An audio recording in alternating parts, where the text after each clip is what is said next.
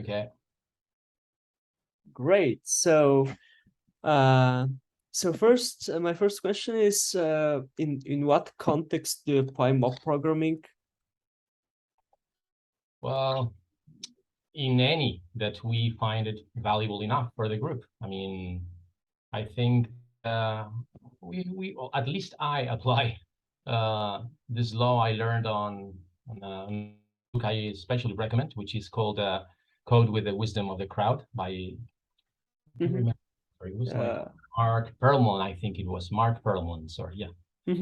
And there's great advice there.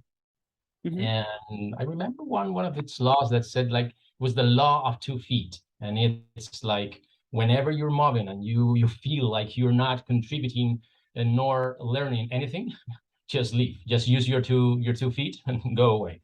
And that's Okay. that's a rule. And obviously, when you have to do a repetitive task or a mechanical task, it's useless mobbing, because I think that mobbing, one of the great things of mobbing is it's fun, and so make it fun, man. It's just yeah. Okay, and can you tell more about the product itself that you're mobbing on? Is it complex? Is it complicated? Is it simple? Can you tell me something about the domain? Well, actually, it's I work for an insurance company. Okay, concretely, I work for the motor sector in France, and yeah, we have like we use this language that is not very well known, which is built on, is a hosted language on a JVM. It's kind of like a Scala or something like that, in the sense of a hosted language, or Clojure, like, but it's pretty Java-like, Java style, which is called Gosu. And Okay. it's used. We also use some microservices, like from a satellite point of view, that use Java.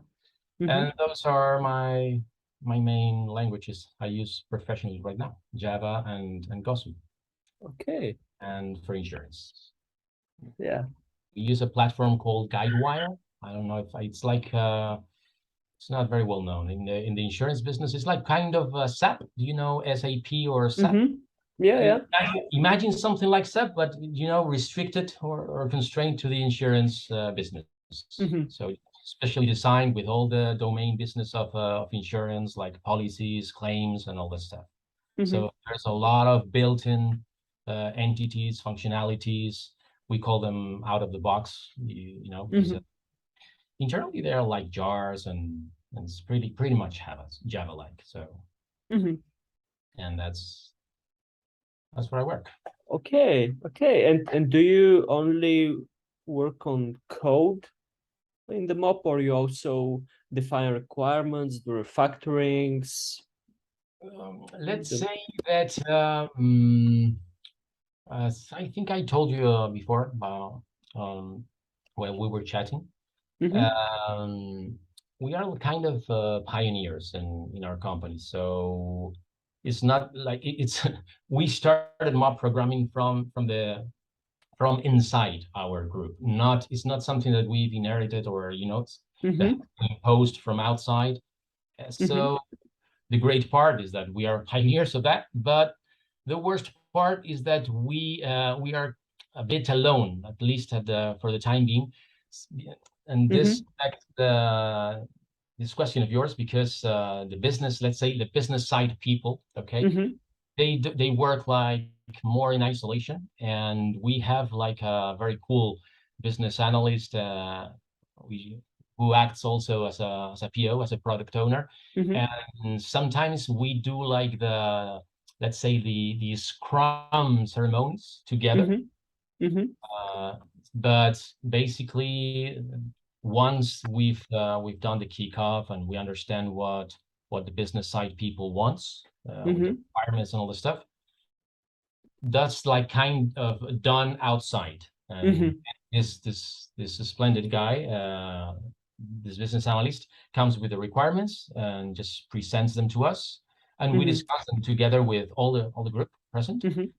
with him. So we reach a consent, we ask all the questions we have, and we try to work in an agile way in that sense. But Mhm. it's there's the door. From there Yeah. upwards, I think I don't know. I'm not. I know that they don't work in the same way, and they don't come to the mob sessions at all. So whenever there's a product question or a question to the business analyst or the business, there's a bottleneck. Not Or not bottleneck, because we work remotely. Okay, absolutely, 100%. We have the choice of going to the office and all that, but most of the time we work remotely, and we just chat because basically all the business side people are located in France, so they're French actually, and we are chatting with them. So sometimes you just have to wait if they're on another meeting or they're at lunch, obviously, but not more. I mean, it's not like you're 2 days blocked or something like that. It's just 30 minutes or 1 hour at the most. Okay. And but basically, your mobbing is confined to the implementation of the requirements. Correct. Okay. Um, and you told me that you're introducing it to the team and to the company. You're in the pioneering team. So how did that happen? How did you um, introduce it to the team itself? And what's the response from outside of the company? How people see it? I think it was last year when we did the first session, the first and only session last year. It was great. Everyone enjoyed it.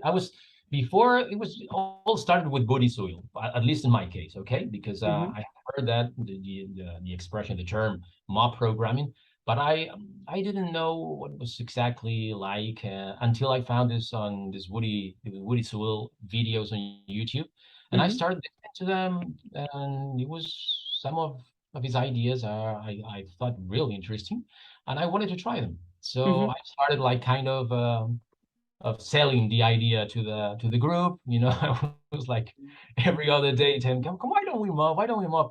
And so the first obstacles I had was obviously on because we were working separately, one task for each developer at that time, like a year before, and so the first obstacle was trying to convince, my Scrum Master and the business analyst and the product owner. And once I achieved that, there was like the team leader, which is just on top of the Scrum Master in our organization. Was like at first I think there was an alignment missing there, but this year finally it happened, and the alignment came, and the team leader was aligned with.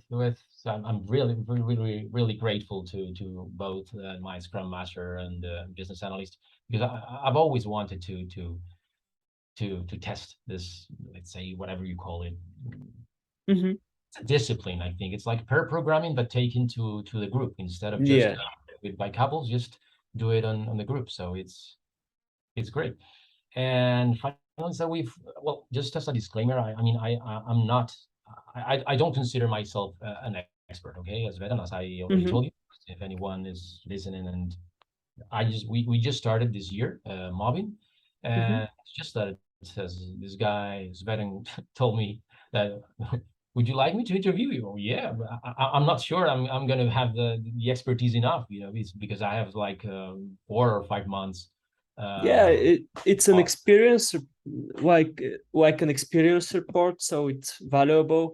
And well, even if you're not an expert, I think people can learn from what you share. For example, for me it's really interesting. How did you convince the Scrum Master, the PO, and the team lead that all the people are going to work on one thing at a time, and you're not going to parallelize the work, which is usually you know how actually it goes.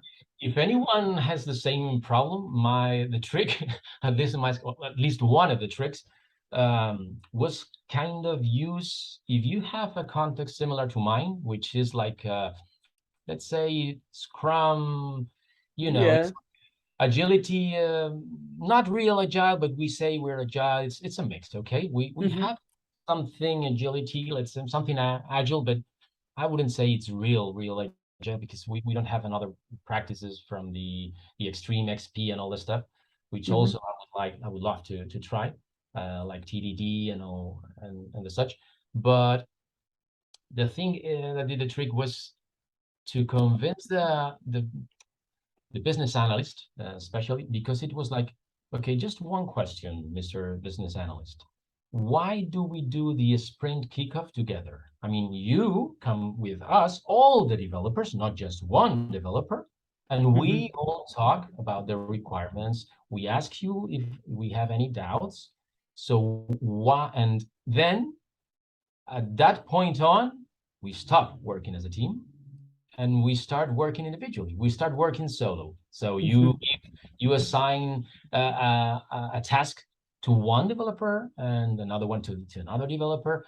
That was the way of working, and I'm sure a lot of companies work this way. At least Yeah. here in Spain, most of them. Okay, so it's kind of a new paradigm because it changes the perspective from seeing coding from let's say from a solitary task to an activity that is done by that's like moving from or transitioning from an author Mm-hmm. perspective to a co-author, because now we are co-authors, which is more realistic. I mean, when you have a code base, there's not one author, there's tens Yeah.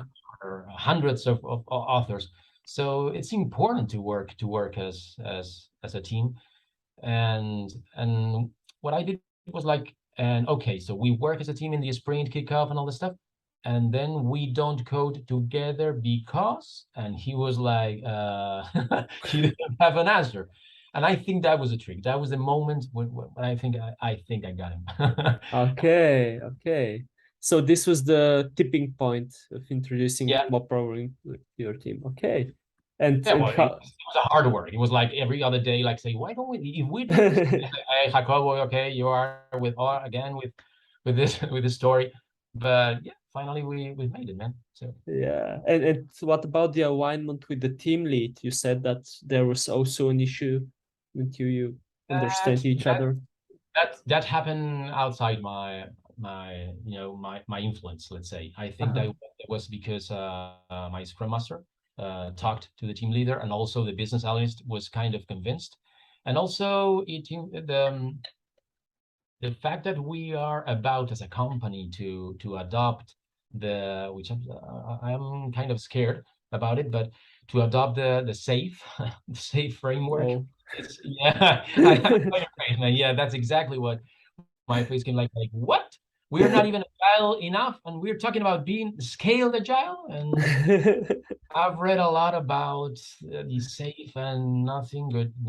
But I'll be open, and perhaps I learned something. But to be honest, all these things about trains and all that artificial complexity Yeah, yeah, doesn't. that's a big topic. To But I think the yeah. fact that the point that the safe the nearly adoption of the company the safe framework helped perhaps because the company as a whole started doing like some training on the basics of agile and all that stuff. Mhm. So it's like like fate. A lot of different factors yeah went together, and the result was that we're we're working as a group now instead of working solo. So I'm really happy and Mhm. grateful to the company. Great. And what was the state before you introduced mobbing? Or in other words, what did mobbing improve in the team?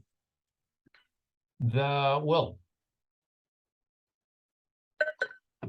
I would say that uh, the most obvious benefit and immediate benefit is just learning, and so especially for even for the new guys, okay, that Mhm. hasn't yet the business knowledge, the business domain knowledge, Mhm. and and even because Gosu it's very, as I told you before, it's similar to Java, but it's not exactly. It has its own thing, so you have to learn them, all the transactional. Yeah, it has a lot of, you know, out of the box behavior that you have to learn. And it's, I think, especially for one colleague that has been working with us like for 5 months or so, I think it's been huge. I mean, in 5 months, I haven't seen anyone in 5 months with all that knowledge gained. I mean, and so it's it's great for knowledge transfer and to be aligned to, of course, to make sure that let's say that when you work as a group, you have N heads instead of only one. So obviously, the best of all the criterias that you are going to take when you reach a decision of how do we do this, what data structure do we choose, what do we do a batch here, do we schedule a job, how do we approach things. It's absolutely different if you start from scratch and you're being like assigned small tasks, and then yeah, you have to be lucky enough to work, you know, to if it like falls on your roof, a task that you have to work with, whatever, yeah, you gain the knowledge, otherwise you don't. So when a new task comes, what do you do? Like, I don't know. And if we working as a team, it's like we have we don't need code reviews, the knowledge immediate, so you don't have to wait, as you were talking before about blockage, like when you have questions, yeah, about the business side, yes, but when you have to talk, when you work separately and you have to wait for the expert, let's say the expert developer, to tell you his view or whatever, that's a shit, because that's not immediate. And this is really agile because and fun, because there's talks at least at the development site. So it's great. And okay. and two, when you work alone, I would say that this working as a group forces you to enhance your communication skills, which is an absolute side effect that it's great. Because you have to communicate. Here, we as developers, I don't know in Bulgaria, but even in Spain, we have like kind of a, you know, we're famous for being extrovert or something like that. Obviously, that's a stereotype, but yeah, it's true that there's another stereotype of the developers, that we are kind of, we work like alone. We are like, you know, we don't like that much to socialize, and that's why we chose something you know, related to computers, and you just me and my computer, you know. I don't have to talk to anyone else. But so this is a great opportunity to improve, and in a lot of ways, in communication skills, which also you know, gets into the code, because also you start giving importance to being expressive in the code, to communicating well to other people in the code, to naming your variables, your methods, your whatever. So it's been a long answer, so Okay. Yeah, that's great. That's great. Long answers give lots of useful information and insights. And um, when did the benefit come from mob programming? Was it right away, or some time needed to pass before you knew you understood that you were doing way better than before? the benefit, I would say that it was immediate. That's that sense of, you know, learning, that sense of, oh shit, I didn't know that, and to see at your colleagues' faces, and oh yeah, I didn't know that. That's a great trick. So that's immediate, man. That's the greatest part of all. And from another point of view, we are still on transition to see if we can improve. How can we get, let's say, our way of mob programming? Because to be honest, we like, from the strict point of view, mob programming, there's like it's like very similar to pair programming, in which there's a driver and navigator, and you have, it's recommended, let's say, like to change roles every 15 minutes, 10, whatever, and you have to have a timer, just no, the time's up. No, you have to change. And we did like some more strict or pure mob programming this year, like 3 or 4 sessions, but we stopped doing them. I mean, just as a religion. All the rules, I think it wasn't a good moment. So, I mean, for me, mob programming is, I mean, I have a colleague that says we don't do mob programming. We do what we can programming. Okay.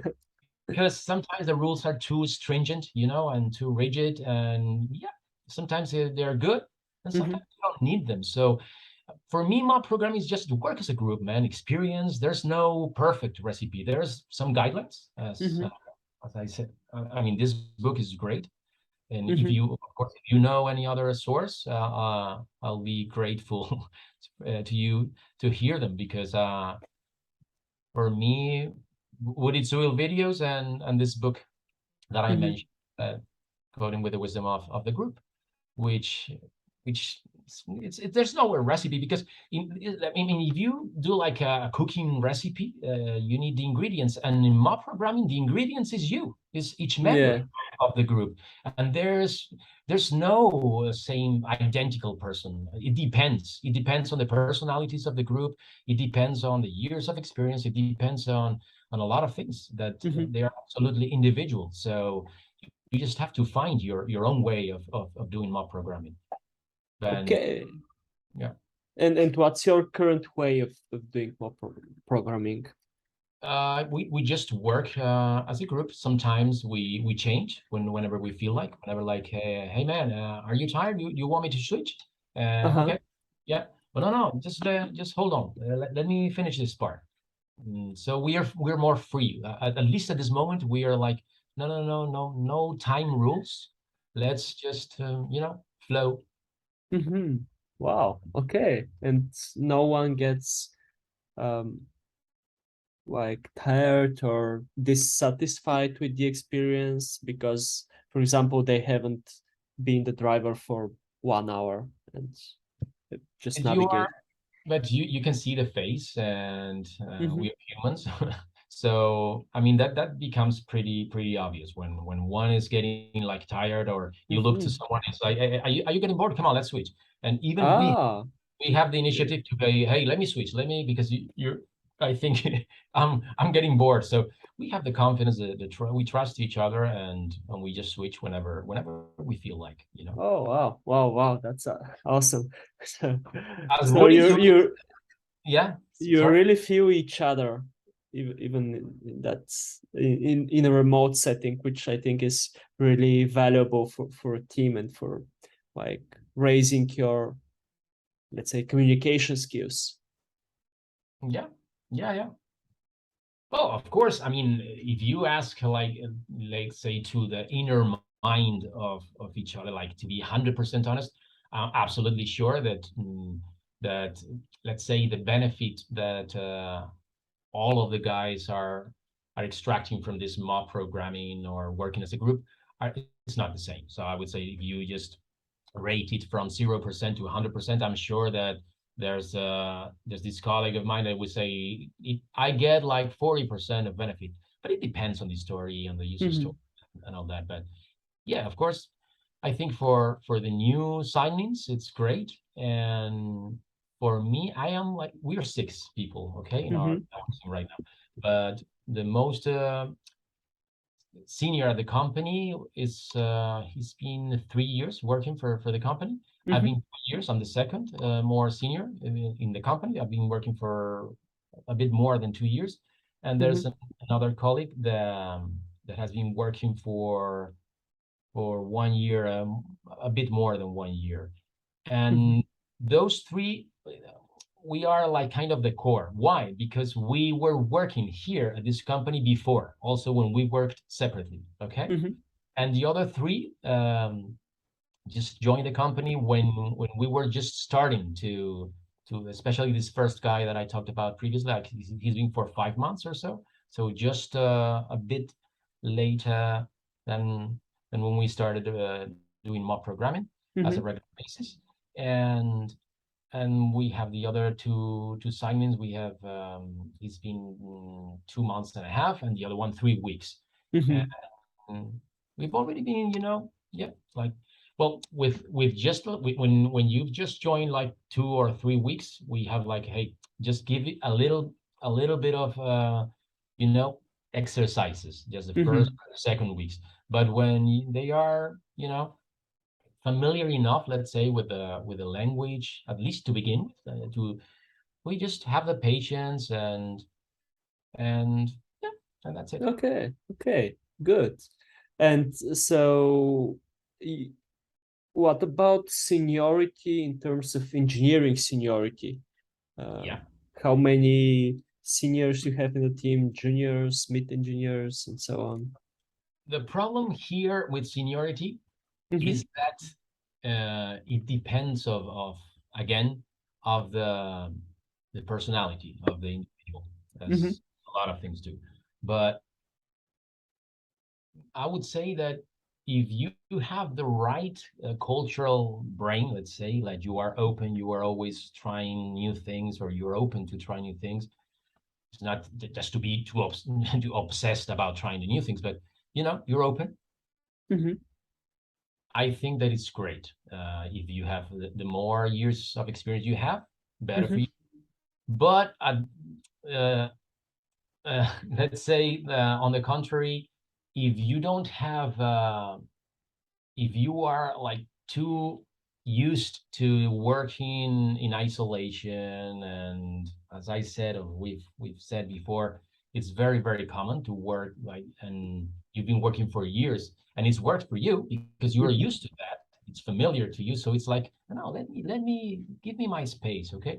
It's kind of hard because there's a lot of inertias that not only conscious but unconsciously we have. When we started working as a group, I remember there was on the kickoffs, and was like someday came the business analyst.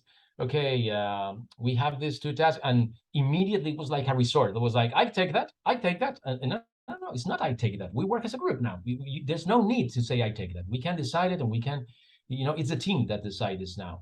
And sometimes it's kind of hard. You have to stop and let's say set the manual mode, okay, not the automatic, like, no, yeah, you're used to do it solo, now just give me the task and I'll blah blah blah and done. It's like, yeah, so you have to be open, and in that sense, when you used to have your space, and it can be hard. I mean, I wouldn't say that mob programming perhaps is for everyone, because if you just let's say you have Linus Torvalds mentality, like I love programming alone, and I don't like people, let's say, at least by default, let's say. Yeah, perhaps it's nonsense, and it's going, and perhaps you don't get enough benefit from doing mob programming. But if you're open, and if you're, let's say, like more, at least like me, more of an average developer, I think there you can get a lot of benefits from doing mob programming. Okay. And is there actually anything that became worse because of mob programming?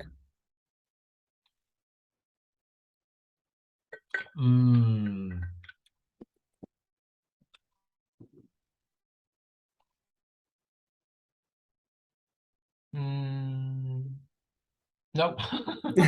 Okay. I'm right now, I can't come up with any answer, to be honest. I mean, I kind of expected it. So, yeah, perhaps there is, but no. Okay, good. And you're in the usual driver navigator setup, or you don't adhere to any specific roles because you want to keep it fluid?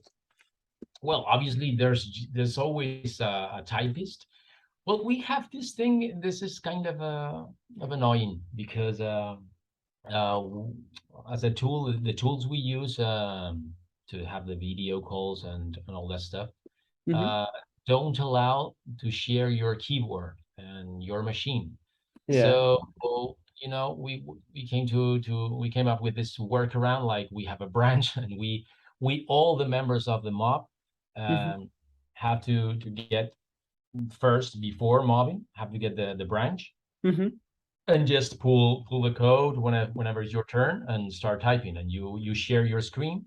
But there's no way to be, let's say, mob programming strict, like on one machine, which Mhm. would be the coolest thing to do, because only Yeah. one configuration needed and just one computer. And even you don't have to commit every time, because even when you're doing mob, sometimes it's, you know, you want to switch, or if you're using the timer, it's time's up, so you have to switch. Just you have to commit Mhm. even code that is not compiling. So sometimes, but it's just for the sake of doing mob programming, and that's the way we found, you know, to. Mhm.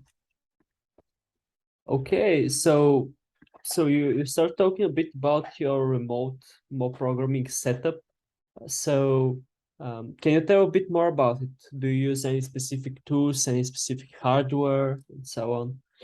No, no. As I told you, we use just the VCS that we are using. Actually, Mhm. currently we're using Git, Mhm. and that's it to commit, and the tool we use to hold meetings and to video calls, and that's it. I mean, we don't Okay. have any, well, obviously we have to participate in the mock. You need the branch, so if you don't Yeah. have access to the code, and there's no sense. I mean, you have to have commit permissions and all that stuff, which Mhm. all of us do, so no problem about that. Okay. Okay. And do you do mock retrospectives? That's perhaps the one thing that I would like to do more frequently. We Mhm. started when we did, because I think we lacked structure at the beginning. So that's why I started reading this book that I told you about, The Code with the Wisdom of the Crowd, Mhm. by Mark Perlman, and then so to gain some structure. And then I learned like a few tricks, like this thinking hats. I don't know if you've heard about it. It's like Mhm. yeah, Yeah. it just use the thinking hats, with has, let's say, like there's a different hat with a different color that symbolizes a different perspective. Like when you put your hat, the critical hat, the facts hat, the positive hat, the find a solution of Mhm. the creative, let's say, hat. And finally, you took a decision, and you decide only on one approach to improve for the next mob programming. We did that Mhm. actually for like 3 or 4 times this year when we started, but then we stopped, like you know, following all these strict rules, and we just Mhm. started to flow. And perhaps one of the disadvantages of that was that yeah, sometimes I'm like, why don't we do a retro? Because in the retro we have this, the business analyst comes to the retro, and the scrum master comes to the retro. And sometimes I think that it would be, since 99% of the time we do mob, we are only the developers. I think Mhm. that we would, you know, yeah, we're missing something there, because Mhm. actually I went to vacation. I came back from vacation like last week, Mhm. and there was a bug on code that now it's solved. And I told the guys, did you do a retro? I mean, in other words, did we expressly stated what could we do next time to avoid this from happening? And Mhm. so that was kind of a retro, because I was not there. But no, they didn't do the last time the retro. So Mhm. perhaps yeah, we should, you know, catch up a bit with at least that part of the structure, because I think that's the most important. The other ceremonies, let's say, it's like, well, but the retro, yeah, Mhm. because you have to analyze to improve. And if you don't state it absolutely and communicate in that sense, no, no, I don't like this, I like this, I like when you do this, I don't like this much when you do that. Uh, I Mhm. think that can make the group grow. And Okay. Okay. So So that's it on your list for improvements. Yeah, Yeah. at Okay. least to come back, because we did it, but like 4 months ago, Mhm. the latest one. So yeah, for sure, that's an improvement. And Okay, and my last question is, if you have done pair programming before, how do you find mob programming compared to it? it depends. I mean, the thing with pair programming, I would say it's very obvious what I'm gonna say, but yeah, pair programming is better than working solo, and mob programming is better than working in pairs. But it depends, obviously, because if the one person that you are going to pair with is you have a I have this colleague of mine, which is I have a connection like and I don't know. It's like you connect, you click when you Mhm. are with him, and it's like it's wow, it's great to do the pair programming with him because we're like. Mhm. But the problem with pair programming is if you have a lot of connection, it's great. But if you don't, you can even hate pair programming, or if you don't share the same common denominators, at least for example, being rigorous enough with naming the variables, if you don't care about the naming variables, so you can have a lot of conflicts in pair programming. And in mob programming, that's a great opportunity to learn Mhm. without forcing because since you're switching and sometimes you have to wait until you type for periods of time like I don't know 40 minutes or whatever. You Mhm. have time enough to just see, contemplate, and oh, perhaps he's right. And yeah, and you are not like someone telling you no, just please refactor that variable because I don't understand that name. Mhm. So yeah, but I mean, yeah, pair is better than solo and mob is better than pair. Depends on the task, obviously, but given Mhm. you know, uh, a task that the group could benefit from, obviously mob programming. But if you can't do mob programming, it's better pair than working solo. Yeah. Okay. Okay. Good.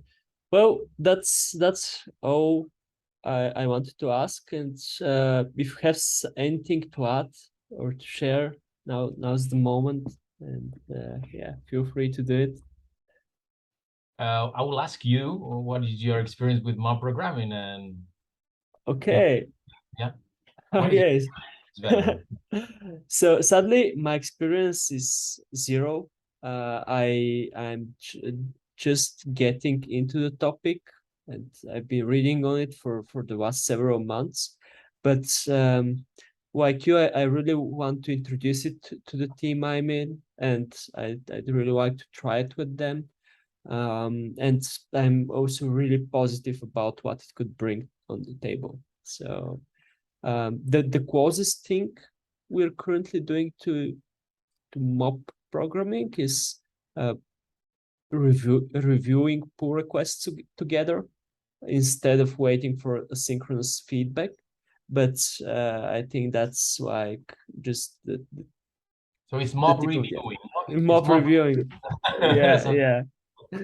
yeah, but So that's different. That's different. Yeah, because you don't sometimes like this guy worked all of that time, and now I'm going to make him refactor all that. Now, if it's working, people is biased there. People are biased there, and to just to correct. And sometimes it's like, now I have to refactor all this thing.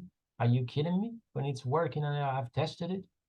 And yeah, yeah, and sorry, yeah. what were you going to say?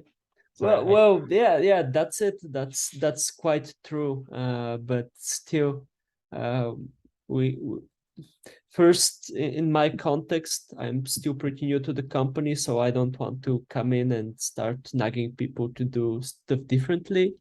Um, and yeah, maybe after I learn more about it, and maybe and I'll start pushing to experiment, or at least start doing some katas with people, just to try it out, see how it goes, and so on and so forth. But these interviews really help me to basically to receive experience, a first-hand experience of how different people have gone through this.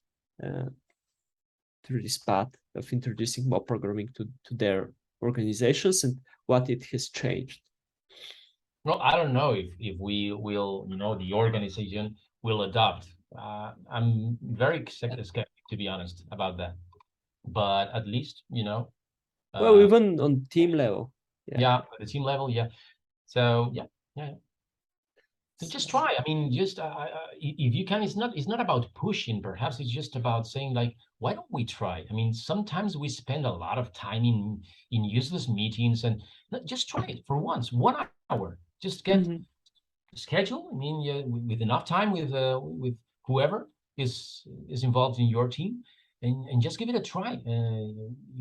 There's why not? I mean, I'm absolutely sure that everyone can, instead of wasting time on going. Well, it's not wasting time going for coffee, okay? But you understand me. I mean, sometimes just give it a try. It was 1 hour. I think it's pretty realistic, and just let's say how is everyone how everyone reacts and what's your feedback, and I'm sure that not 100%, because there's no perfect solution, of course. What is perfect? Nothing is perfect in this life. So, but at least it's better than working solo, especially if you want to try mob programming, because I really recommend it. Because I'm not I mean, I know there's a lot of haters, let's say on precisely on LinkedIn, especially about complaining every time about TDD and mob programming, like that's useless, and I mean, I'm not a follower like a religious, because I do understand also that sometimes we can get like, this guy with mob programming again. Mob programming is not the 100% right, of course, but it's just the benefit you're going to get as a team, to working really as a team, because here in this industry we are always like importing from like the sports industry, like we work as a team, we are a team, yeah we did it, and I say like, we, what the fuck, where's the we? There's no we in most of the companies, and it's not that hard, and it's and when you try it, it's like, what the fuck have we been doing until now? It's like, it's obvious. It's obvious to, because it's a work. It's like writing. Perhaps it's because of writing. Sometimes people is like, yeah, you are Stephen King. Stephen King writes, and he doesn't work as a group. Well, at least his wife edits. His writing, and I'm sure he has a lot of talks with his editor, and that's different, of course, because it's different because you don't have a repo, but here there's a code base, and there's no author of the code base. Even Linus Torvalds has a lot of his, let's say, of his entourage, of his great people that helps him, and yeah. So I'm sure, Svetan, that finally you'll get it. If you really want it, I mean, you're going to the good way with these interviews, and I really wish you that to experience it, because as I say, it's not perfect, but it's like, yeah, I like it. Yeah. Thank you for the inspirational words. It's yeah. So okay. If there's isn't anything else, I'd like to thank you for the interview and for the discussion we had. And again, even if you think you're not experienced, at least I learned a lot. And I'm sure people who watch this will also learn a lot, and it might actually inspire them to try and change stuff in their organization. So thank you. Yours, man. It was a pleasure, Svetan, and thank you for the opportunity, and I wish you the best, and I wish you that you experience the mob programming, man. Thank you. Okay, have a nice evening, and You see too, you man. whenever. Bye. Okay, bye-bye.